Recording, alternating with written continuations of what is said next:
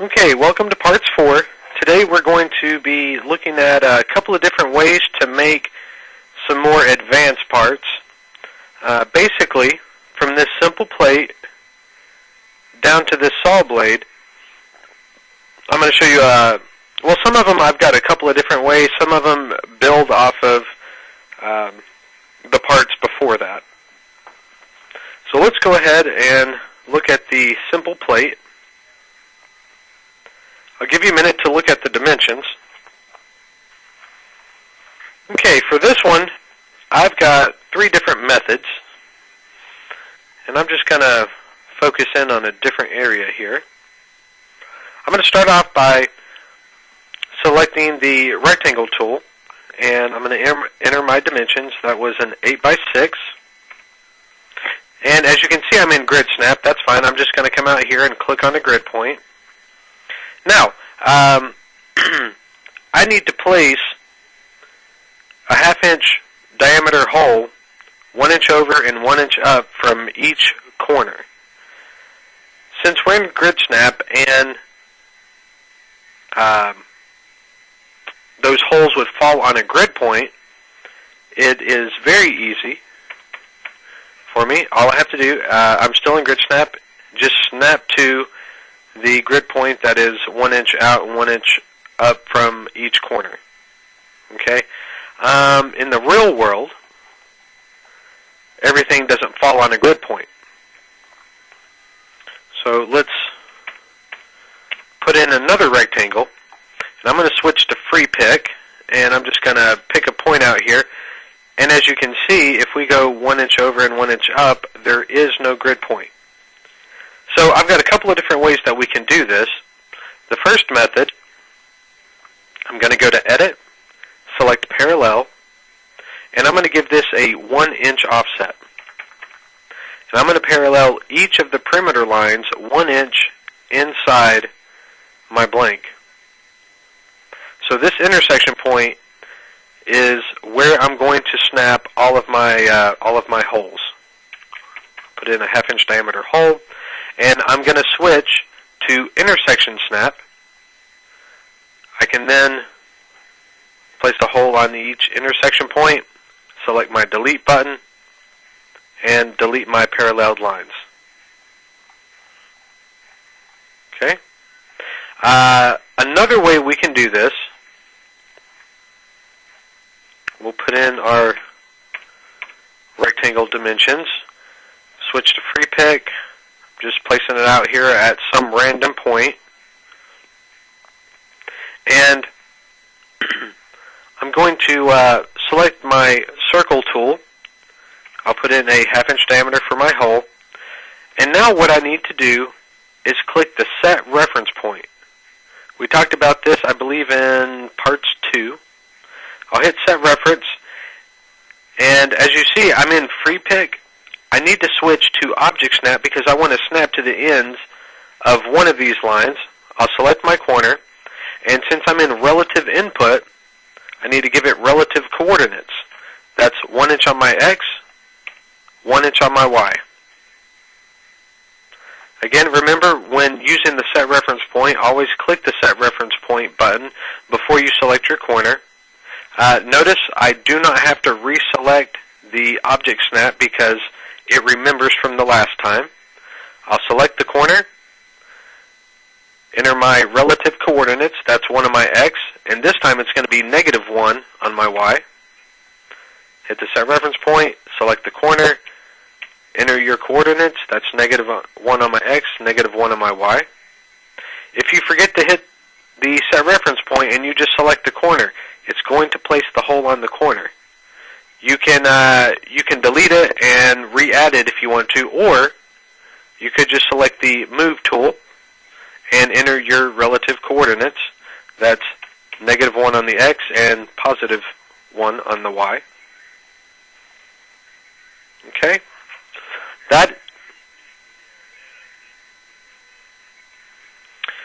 I am getting the data entry window.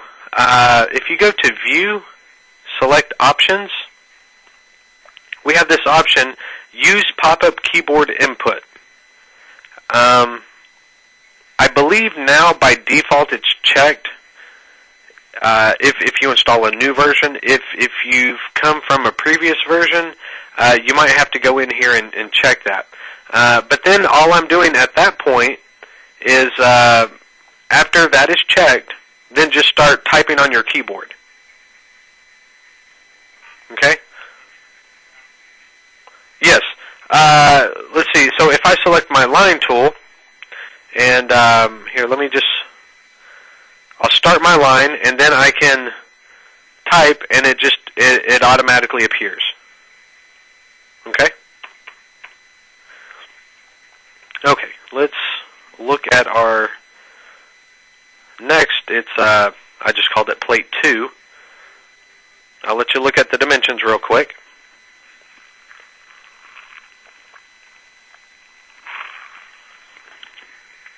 Okay. This one really, I've just got one way, because all it's doing, it's building on using the set reference point and the parallel function. So I'm going to start off by entering my my rectangle dimensions. That was a 7 by 6 rectangle. I'm in grid snap, that's fine. I'll just snap to a grid point. I'm going to go to Edit, select Parallel, and I'm going to give this a 1-inch offset. And I just want to parallel the left vertical line. I'll parallel it 1 inch outside. Now I want to delete the original line. But if I select delete and click on the line, if you remember from parts 1, when I'm going to hit the escape key to undo that action. When we place a rectangle, we place it as a group, so we must ungroup that. I'm going to go to group, select ungroup all.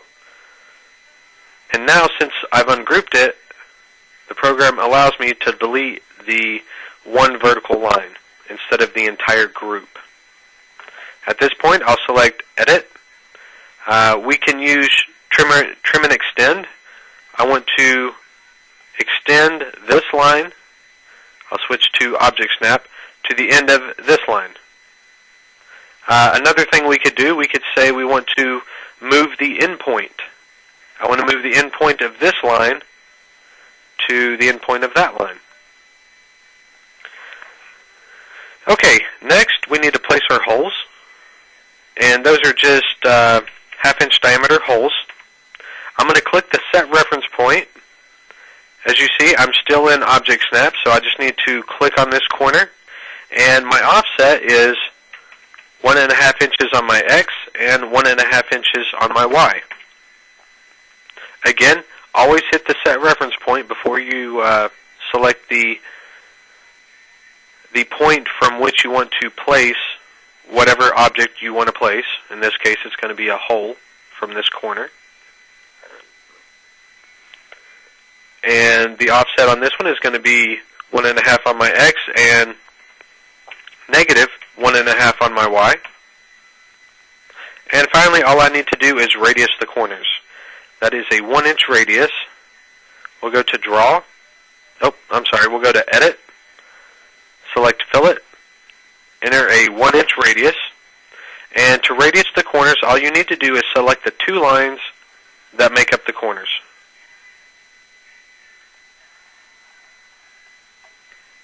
Okay. Next, we've got a plate with a hole in it. This one, really, we're trying to find the very center of this plate. Let me let you look at the dimensions. As you can see, we've got odd dimensions here. And I've got 3 different methods. And actually, if we sat down and thought about it, we could probably come up with a lot more. But these are probably the 3 easiest that I could think of, or at least that we first thought of.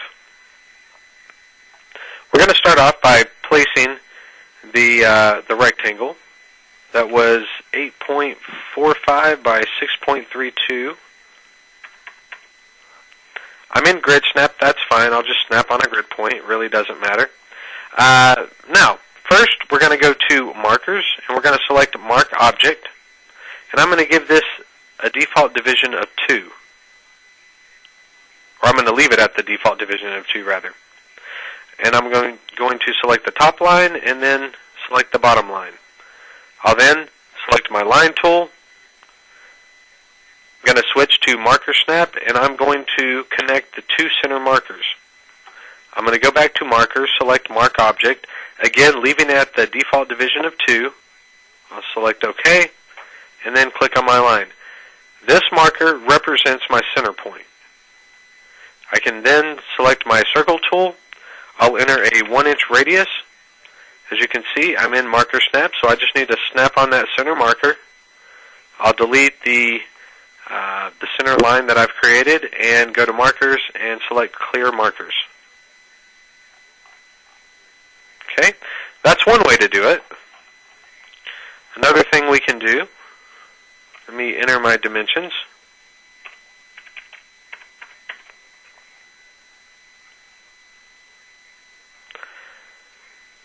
What I'm going to do is I'm going to select my line tool. I'm going to switch to Object Snap, and I'm going to draw a diagonal line. I can then go to Markers, select Mark Object, again leaving at the default division of 2. Click my diagonal line, and this marker represents the center point. Again, we'll give it the 1-inch radius for my hole.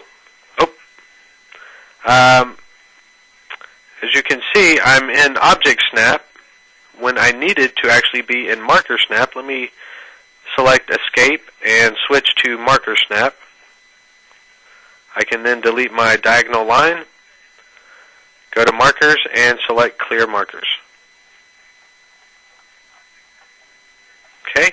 The last method that I have, and again, this is only going to work if you're placing a hole in the very center of a blank. I'm going to place the hole first. I'll give this a 1-inch radius. I'll switch to Grid Snap. I'll just snap on a grid point here, and then I will enter the perimeter.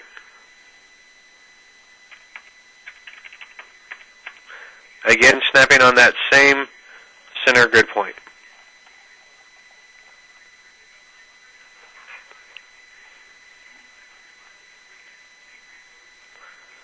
Okay, next we have a triangular plate, and the only thing that's missing here is the angle. We can go to Data, select Object, click on our line, and as you can see, this is saying that it's 202 degrees. Let's close out of here for a second. And we're going to look at our angle clock.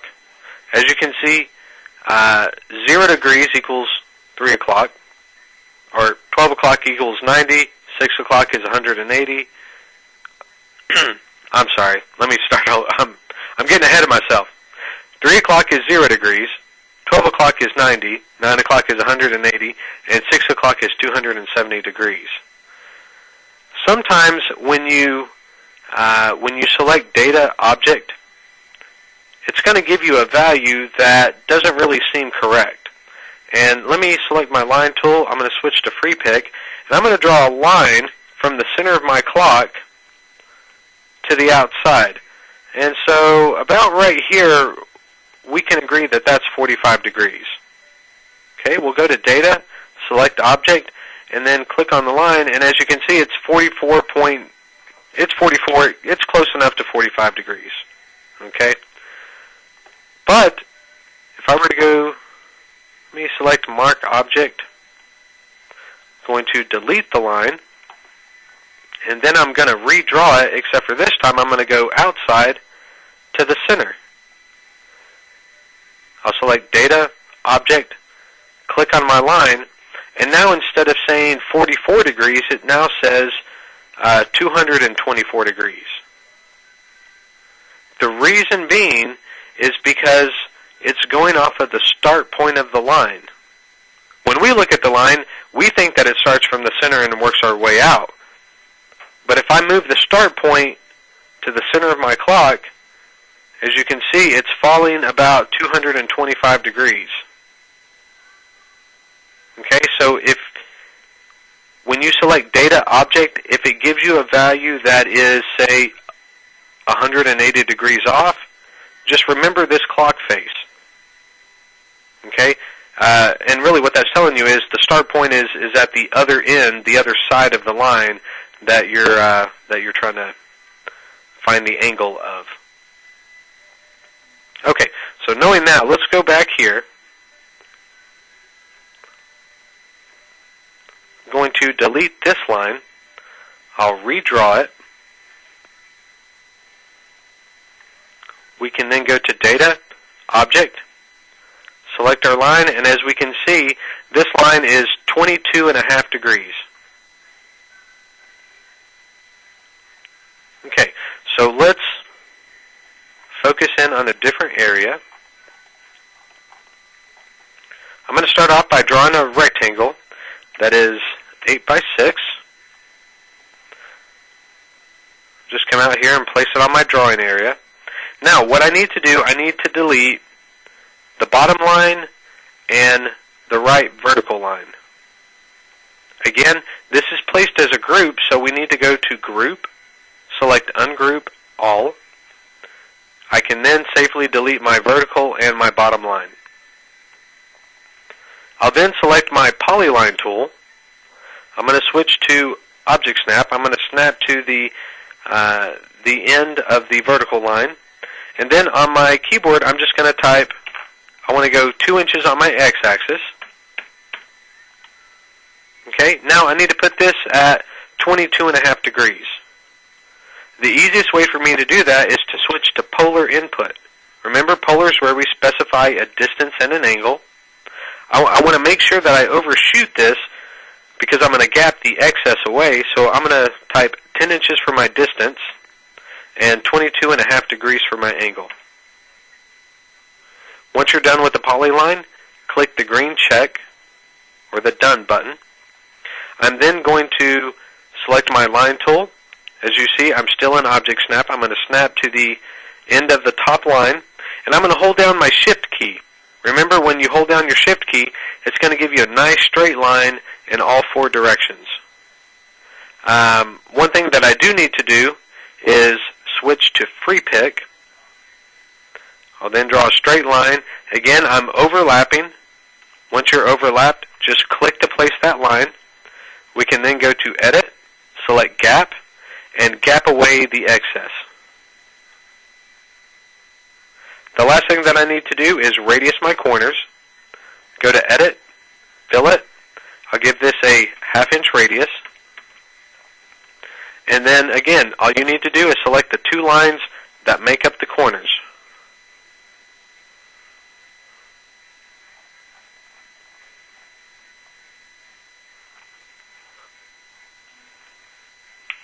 Next,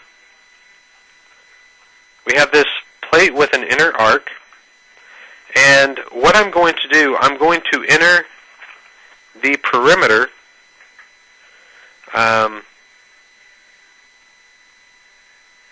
and I've got 3 different ways to make this inner arc. But I'm going to enter the perimeter using relative input. Let me focus in on a different area. And I'm going to use a polyline. I'll just come out here, I'll start my line, and then I'll just start entering coordinates. I want to go 0 on my x-axis, -7 on my y. I want to go 3 over on my x, 0 on my y.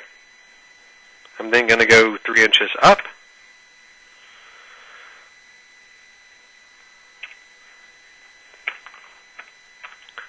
I'll go 3 inches over. We're then going to go 3 inches down. We'll go 3 inches over again. We're then going to go 7 inches up. And finally, we'll go 9 inches to the left. Okay, once you're done with the polyline, just click the green check And now, see, I said I had 3 different ways. The first way, we're going to use parallel. I'm going to select Edit, Parallel, and I'm going to give this a, the arc had a 1.5 inch radius, so I'm going to give this a 1.5 inch offset. I want to parallel this line 1.5 inches up. I'll then go to Markers, select Mark Object, again leaving at the default division of 2, and I want to select the paralleled line and the original line. I'm then going to select my Arc tool and switch to Marker Snap.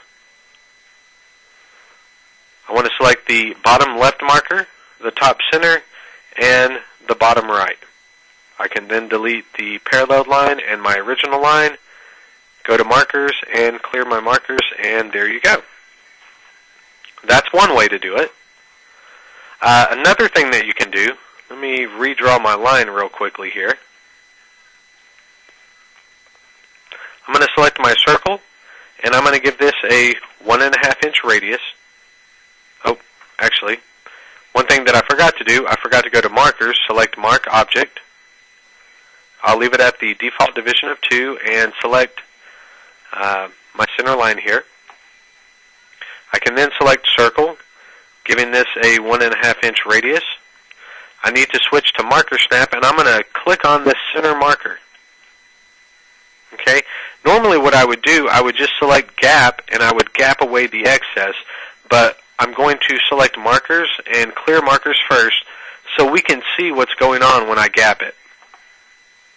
Go to Edit, Gap. I want to gap this circle, places a marker at the intersection points. I want to gap it from this marker to this marker, and I want to remove the bottom portion. I can then delete my center line, and there's another way to create the arc. Let's redraw our center line. And the last method that I have, I'm going to go to Draw, select Arc, and we can just choose the radius clockwise arc.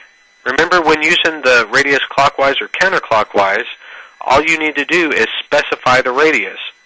Well, we know the radius is 1.5. As you can see, I'm in Object Snap. I'll just click the left side and then click the right side. I can then delete the my center line, and there you go.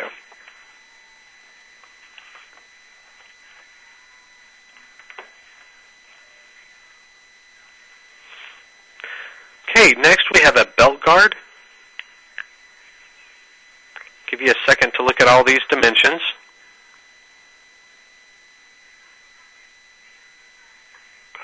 Okay. We're first going to start off by placing these center holes here. Notice they're 11 inches apart. On my grid, I've got my grid point spaced every 1 inch. Let's see, that was a 1 inch radius. I'm just going to snap that to a grid point. Now, what I used to do, and what you can do, you can place a circle on top of another circle, but you can't really see it. But then you can go to Move and tell it you want to move one of the circles so many inches, and it will move it. But what I've started to do for these WebEx demos, I'm just going to go over one grid point and place another circle. I can then select Move. I want to move this circle 10 inches on my x-axis. Okay, so now from center to center, it's 11 inches apart. Next, I want to draw a 3-inch radius circle, and I'm going to place it over my right hole. I'll then draw a 4-inch radius circle, place it over the left one. Zoom out a little bit, get some elbow room here. And I'm going to go to Draw and select Tangents.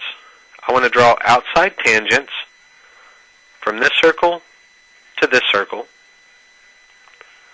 I'll then go to Edit, select parallel, and I'm going to give this a 2-inch offset. I want to parallel my tangent lines 2 inches outside. Next, I need to gap my outer circles. I'm going to go to Edit, select Gap. I want to gap this circle from this marker to this marker and remove the inner portion. I'll do the same thing on the other side. At this point, I can delete the original tangent lines. I'll select my line tool. I'll switch to Object Snap and connect the parallel lines with the arcs. Okay, and there is a belt guard.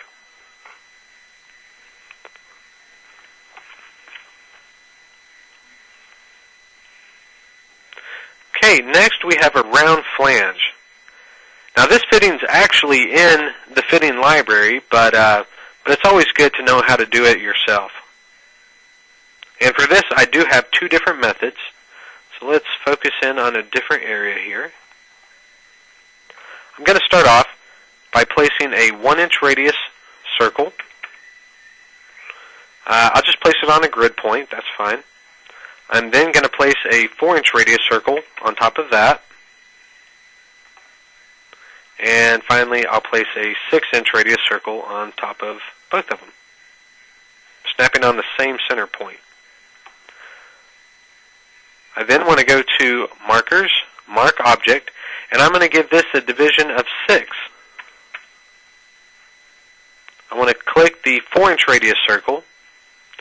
I'll then select my circle tool, and I'm going to enter a 1/2-inch radius. I'm going to switch to Marker Snap, and I'm just going to snap on my markers. I can then select Delete, delete the 4-inch radius circle, go to Markers, and clear markers. Okay, that's one way to do it. Another way we can do it, I'm going to start by placing a 1/2-inch radius circle out here on a grid point. I'll then place a 1-inch radius circle on top of that one, and then place a 6-inch radius circle on top of both of them. I'll then go to Edit,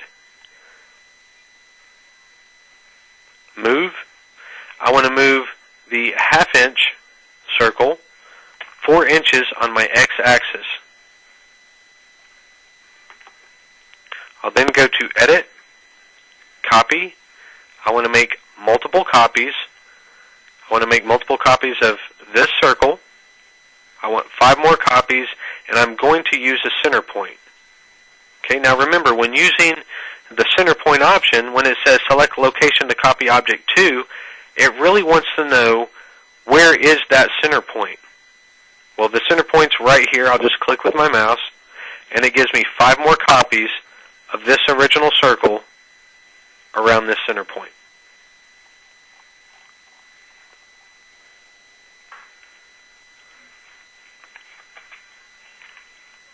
Okay, next we're going to look at this slotted hole.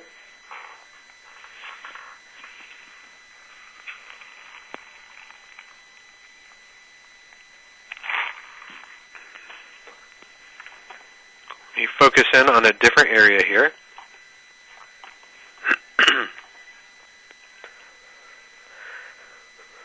I'm going to start by placing a 2 1/4 inch radius circle. I'll just snap to a grid point. I'm then going to place an 8 by 8 rectangle, or actually I guess that would be a square, on top of that circle. I'll just click on its center point. I'm going to go to Markers, select Mark Object, and I'm going to give this a division of 4. I'm going to click my circle. I'm then going to select my line tool, switch to Markers. Marker Snap, and I'm going to draw like a plus or like a little crosshair. I'll then go to Edit, select Parallel, and I'm going to give this a 1/4 inch offset. I'm going to parallel each center line a 1/4 inch in both directions. I can then go to Edit, select Parallel, and I'm going to give this another offset of 1 3/4 inch. Again, paralleling the center line in both directions.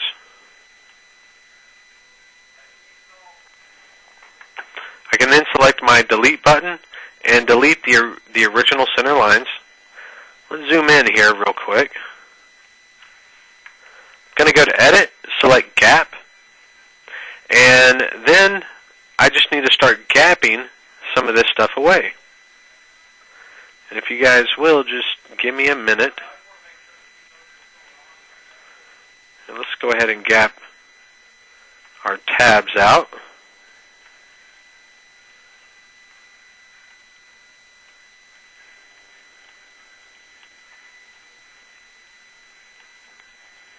With a little practice, you can get pretty quick at this. At this point, I can select my Delete button and get all of these little scragglers. Let me go to Markers, Clear Markers, and there is a slotted hole.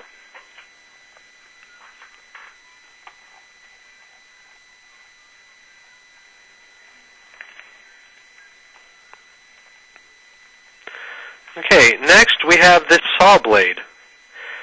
This is just kind of a fun little thing to do. Let's focus in on a different area here. I'm going to start by placing a 1/4 inch radius circle on a grid point. I'm then going to place a 10 inch diameter circle on top of that. I'm going to go to Markers, select Mark Object, and I'm going to give this a division of 22 because I want 22 teeth on my saw blade. Okay? Now at this point, we need to pick 2 of the markers. I'm going to select these 2 markers at about 3 o'clock here. I'm just going to zoom in. I'm going to select my line tool, and really what this is going to do, it's going to demonstrate how you can switch between different snap icons and different draw tools. I might start off with one, but that doesn't necessarily mean that I have to keep it the entire time. Okay, so I've got my line tool. I'm going to switch to marker snap. I'm going to snap to this marker, and I want to go 1 inch on my x-axis. Again, I've still got my line tool selected. I'm going to switch to object snap. I want to snap to the end of this line, and I'm going to switch to free pick. And I want to draw a line, let's say about right in here. I'm going to select my arc tool. I'm going to switch to object snap. I'm going to snap to the end of this line. I'll switch to free pick. It's asking me to pick a point along my arc circumference. I'll draw it about right in here. I'm still in free pick. I want to draw, let's say about to here. I'll switch to my line tool, switch to object snap, snap to the end of my arc, switch to marker snap, and snap to my marker. Okay? Now, don't worry, we don't have to do this 21 more times. But what we need to do next, I'm going to delete the outer circle, and I'm going to group this together. I'll go to Group, I'll select Box Select, and I'm going to draw a bounding box around this series of lines and arcs. I'll then go to Edit, Copy, Multi-Copy. I want to make multiple copies of this group. I want 21 more copies, and I'm going to use a center point. I'll say OK to that. As you see, I'm in marker snap, so I just need to click on the center marker. I can then go to Markers and select Clear Markers. Okay. Now, this is also something that was kind of fun for me to do. I'm not going to create this little SpongeBob character, and if you look at him, as you can see, he's not really optimized to cut out.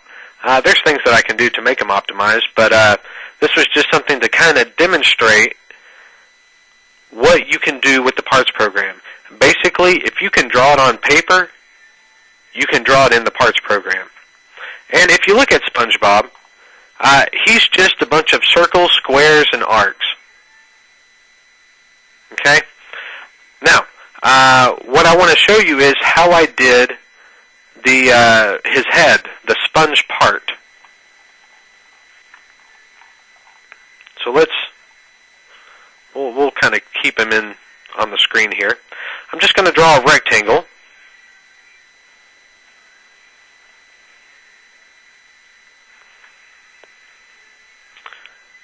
And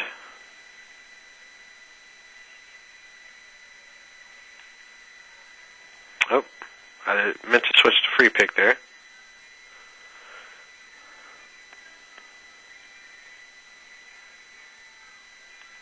Okay, that's basically what I did initially. And from this point, I'm going to go to Draw, and I'm going to select Spline. Remember, Spline, you need to enter a resolution, and I'm going to give that a 10. I'll say OK to that, and I'm going to select Free Pick. And then I'm going to place a series of markers inside and outside of the perimeter of SpongeBob's head.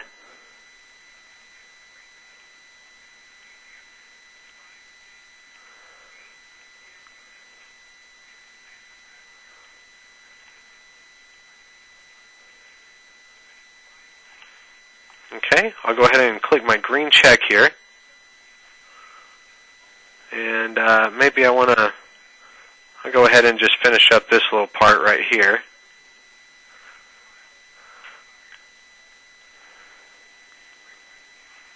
And I can then delete the original square and the lines behind it.